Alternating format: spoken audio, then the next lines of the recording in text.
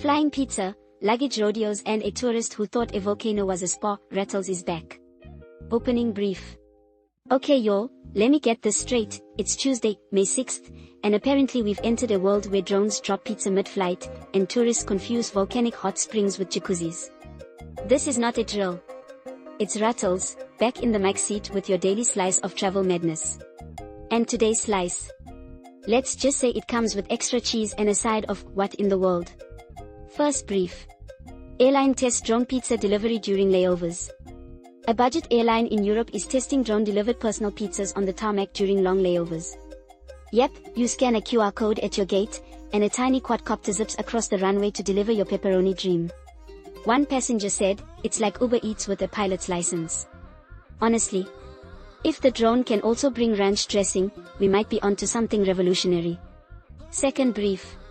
Luggage carousel breaks down, turns into accidental rodeo show. Now this right here. A baggage carousel at the Texas airport broke mid-spin and started launching bags like they owed it rent. Folks were diving like they were in a game show trying to catch carry-ons in midair. No injuries, just a lot of airborne flip-flops and one man proudly catching his own suitcase like a football MVP. TSA said the situation was under control. Travelers said it was more entertaining than in-flight movies. Third brief. Tourist mistakes geothermal pool for hotel jacuzzi, says it was too spicy. A tourist in Iceland reportedly dipped into what she thought was a hotel hot tub, only to find out it was a naturally boiling geothermal pool closed off for safety. She stayed in for 10 seconds before hopping out and declaring, "That water's spicy." Luckily, she's fine, just humbled and very exfoliated. Moral of the story. If there's steam and no umbrellas, maybe don't jump in, sis. Fourth brief. Austria opens glass-bottom hiking trail over mountain valley.